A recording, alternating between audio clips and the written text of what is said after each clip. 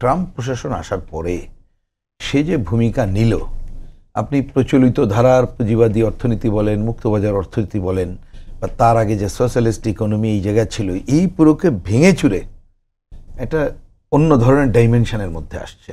তো সেই ডাইমেনশনে আসার কারণে কিন্তু আপনি পুরো সারা দুনিয়ার ইকোনমি এবং আমাদের মতো প্রান্তস্থিত দেশ, এই ধরনের দেশগুলো কিন্তু তার একটা নতুন ধরনের অভিঘাতগুলো ঘটছে। সেই জায়গায় আমাদের আঞ্চলিক সহযোগিতা, উপ আঞ্চলিক সহযোগিতা, এই জায়গাটা আরও জোরদার বাড়ানো জরুরি ছিল বলে আমাদের একটা প্রাথমিক অবজারভেশন।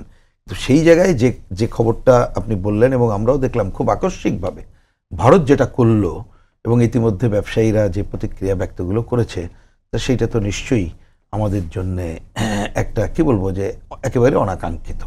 এবং বিশেষ করে একেবারেই ভারতের সাথে বরফ গলছিল না, দেখা হচ্ছিল না, মাঝে দেখা হলো ওইখানে বেশি কিছু যদি অনেকে আশা করতে পারেন, আমরা আশা করিনি। দেখা হওয়াটা একটা অগ্রগতি মনে করেছি, কিন্তু তারপরে এইটা আমি মনে করি যে এটা জরুরি ভিত্তিতে আলাপ আলোচনা করে বিষয়টা দেখা দরকার এবং আমাদের অঞ্চলগতভাবে এই সংকটগুলো যাতে না বাড়ে সেটা দেখা দরকার।